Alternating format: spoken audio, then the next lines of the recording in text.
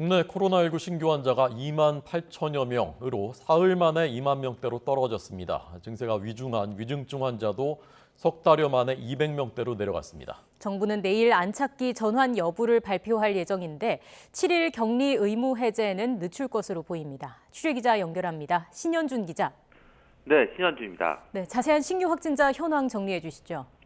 네, 오늘 0시 기준 신규 확진자는 2만 8,130명으로 사흘 만에 3만 명 아래 2만 명대로 떨어졌습니다. 하루 전보다는 3천여 명 줄었는데 목요일 발표 기준으로는 지난 2월 3일 이후 15주 만에 최저입니다. 일주일 전과 비교하면 7천여 명이, 2주 전과 비교하면 14,000명 넘게 줄면서 감소세가 이어지고 있습니다.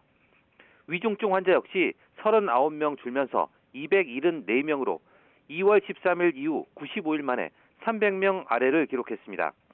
하루 새 숨진 환자는 40명으로 20일째 두 자릿수를 유지하고 있습니다. 누적 사망자는 2만 3,842명으로 치명률은 0.13%입니다. 이런 가운데 정부는 포스트 오미크론 안착기 전환 여부를 내일 발표합니다. 핵심은 확진자의 격리 의무를 해제하느냐는 건데 전문가들은 성급하다는 의견이 대다수입니다. 이에 따라 정부는 확진자 격리 의무 해제를 한 달 정도 늦추거나 별도로 기간을 정하지 않고 미룰지 등을 놓고 고심하고 있는 것으로 전해졌습니다. 또 안착기로 전환한다 해도 치료비 부담이 커질 수 있는 입원 치료비 지원은 유지될 것으로 보입니다. 네, 그렇군요. 정부가 요양병원의 접촉 면회를 연장하는 것도 검토하고 있다면서요? 네, 보건복지부 관계자는 방역 상황과 현장 의견을 고려해 요양병원과 시설의 접촉 면회 허용을 연장하는 방안을 검토하고 있다고 밝혔습니다. 요양병원 접촉 면회는 지난해 11월 18일부터 감염 예방을 위해 금지해왔고 비접촉 면회만 가능했습니다.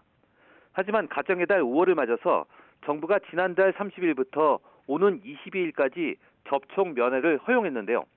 접촉 면회를 허용한 이후 요양병원과 시설의 집단 감염 사례가 오히려 감소한 것으로 나타났습니다.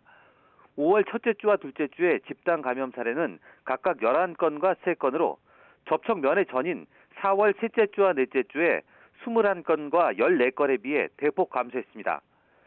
접촉 면회 허용과 집단 감염의 인과관계를 따지긴 어렵지만 정부는 코로나 확진자 감소세를 감안해서 접촉 면회 기간을 연장하는 방안을 고심하고 있습니다. 지금까지 사회 2부에서 YTN 신현주입니다.